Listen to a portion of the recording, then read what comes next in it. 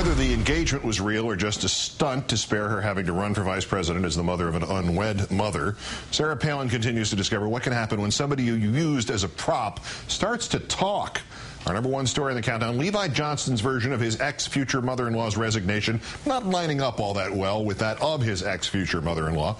When Governor Palin quit her job on the 3rd of this month, she said it was because of frivolous ethics charges. She said it was all the public money she had to spend to fight those charges. She said it was because she and her family were media targets. But Johnston, determined to extend his 15 minutes, looking to cash in on a tell-all book and a movie, told the Associated Press it was really all about the money. I've heard of people offering books and stuff like that, and actually there's a reality show they wanted to do, but I think the big deal is the book, and that's millions of dollars right there, and she couldn't do that as governor. There was this reaction from Palin family spokeswoman Megan Stapleton. It is interesting to learn Levi is working on a piece of fiction while honing his acting skills. All coming as Palin, unwilling to stay out of the media, attacked the media by quoting the media's elder statesman, Walter Cronkite, on Twitter. Most newspapermen, by definition, have to be liberal. If they're not, by my definition, they can hardly be good newspapermen. And Palin's political future seems to be fading. Some Republicans facing re-election next year, dubbing her the NIMBY campaigner. Virginia Congressman Frank Wolf, I generally don't need people from outside my district to do a fundraiser. Nebraska Republican Lee Terry, there's others that I would have come in and campaign, and most of them would be my colleagues in the House. Joining us from Washington, Democratic strategist Chris Kafinas. Chris, good evening. Good to have you back. Good evening, Keith. There's a reason cliches are cliches. Be nice to the people you meet on the way up because you're going to meet them again on the way down. A lesson learned by the governor courtesy of Levi Johnston these last few weeks? I think so. Sometimes you learn the lessons the hard way. I mean, what's amazing about this is when you kind of step back, this has become probably one of the most ridiculous political soap operas, at least of my life. It doesn't seem to ever want to end. There's another twist and permutation that kind of gives us a window into the strange lives of these people back in Alaska. I mean, it was funny to me to read that Levi was talking about how Governor Palin may do a reality show.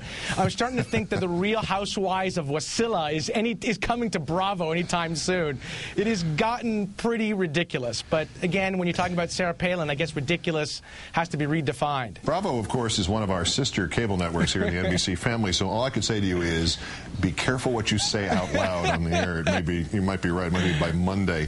Is this one of these rare stories, though, where there actually is too much focus on the why, that we're obscuring the simple reality that this happened? I mean, because if you throw out the true higher calling stuff, she did not quit to become ambassador to China or HEW secretary. Does it really matter why she quit? Well, usually it probably wouldn't, but I'll tell you why I think it does. I mean, here's a candidate, and I know this is going to give shivers to some people out there, who I think is actually seriously contemplating a run for president in 2012. So the reasons and the excuses she gives as to why she decided to quit her job 2.5 years in matter. The contradictions matter. That she doesn't seem able to tell the truth. All of those factors matter. It goes to what type of candidate she is.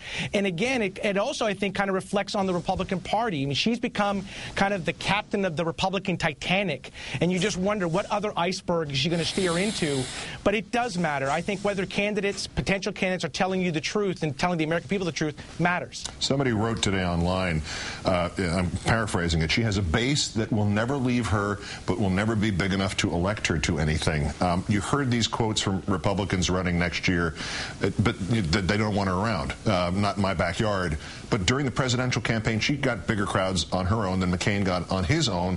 What does it say that she's nearing classification as campaign poison?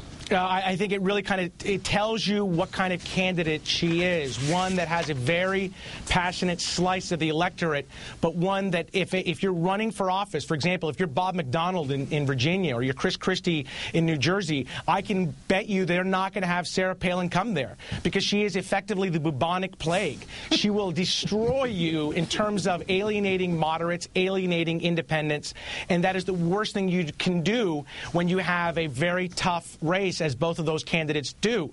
But it is, I think, again, indicative of how a lot of Republicans really see Sarah Palin. Yes, she may have a small slice that is passionate about her, but I think most Republicans, when you talk to them, and they've said it publicly in some cases, they realize what a disaster she would be if she ran for president and forced the Republican Party to acknowledge her as a credible candidate. candidate. And yet, there's just that large enough percentage that she can also sink anybody who might come up through the ranks and be a real candidate. That's right. That's right. Amazing.